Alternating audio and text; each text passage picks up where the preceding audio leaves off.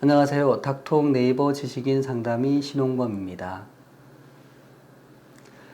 안녕하세요. 코슬립 수면의원 원장 신홍범입니다. 위식도 역류라고 들어보셨죠? 역류성 식도염이라고도 하는데요. 문자 그대로 위 속에 있는 내용물이 역류해서 식도로 올라오고 그게 식도를 자극하니까 염증이 생기는 겁니다. 아시겠지만 이 위산은 엄청나게 강한 산성으로 되어 있습니다. 그 pH가 2 내지 3 정도 된다고 해요. 엄청 강한 산성이죠. 그래야지 이제 위 속에서 소화를 시킵니다. 단백질을 이렇게 이제 잘라서 분해하고 그래 소화되기 좋게 그렇게 하는데요. 문제는 이렇게 독한 위산이 식도로 역류하게 되는 문제가 생기는 거죠. 위하고 식도 사이에는 이게 관략근이 있습니다. 이게 이제 꽉 조여주기 때문에 음식이 내려갈 때 빼고는 역류 못하게 되어 있는데요. 어떤 이유로 이 관략근이 약해지면 아니면 위 속에 위산이 너무 많으면 역류하기가 좋아지는 거죠. 그러면 이제 왜 신물 넘어온다 이런 얘기도 하죠. 그리고 이제 이 가슴 한가운데 명치 부분이 뻐근해지고 경우에 따라서는 심장 쪽으로도 통증이 생깁니다. 이게 연관통이라 그러는데 그래서 어떤 분들은 나 심장 마비 오는 거 아니야? 뭐 이렇게 생각하시기도 하고요. 역류성 식도염이 있으면 이게 쭉 타고 올라와서 우리 목구멍 있죠. 기도 그 윗부분 후두나 이런 부분을 자극합니다. 그래서 기침이 계속 나오는 경우도 있고 그렇습니다. 그래서 그때 물을 좀 마시면 좀 괜찮아지기도 하고 그렇죠. 근데 이 역류성 식도염이 수면무호흡하고 관련이 있습니다. 어떻게 관련이 있을까? 수면무호흡은 문자 그대로 이게 기도가 막혀서 숨을 들이쉬지를 못하는 거예요. 이렇게 되면 답답하잖아요. 근데 중요한 건 여기서 들이쉬다가 막힌 거라는 거예요. 더 세게 들이쉬기 위해서 힘을 줍니다.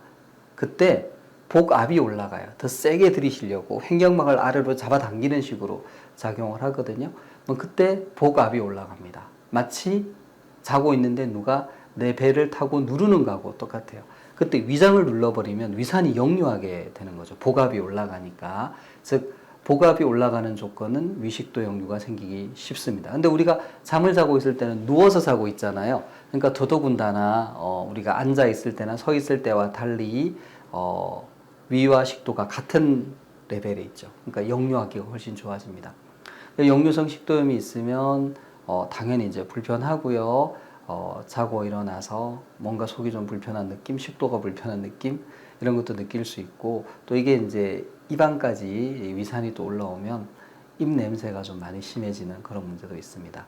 무엇보다 위식도 역류가 지속이 되면 그 식도에 있는 상피가 손상을 받습니다. 그래서 그 부분이 나중에는 이제 뭐 암으로 발생할 수도 있다. 뭐 이렇게 이제 얘기를 하기도 하고요. 어쨌든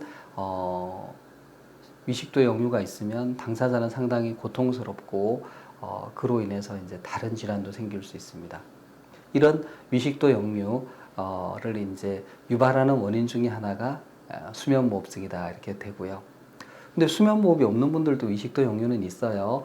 가장 흔한 경우는 카페인 과다 섭취입니다. 제일 흔하죠. 우리가 커피, 되게 커피 이렇게 많이 드시는데 이 카페인이 위산 분비를 촉진시켜서 위식도 역류가 생기기 쉽고요. 그 외에 이제 음주, 술을 많이 드신다든지 밤늦게 야식을 드신다. 예를 들어 뭐 밤늦게 야식으로 치킨에 맥주 이렇게 이제 드시면 그날은 이렇게 되기가 쉽죠.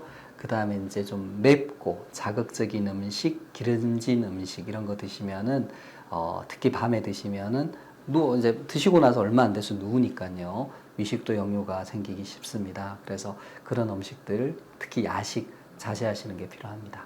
이상입니다.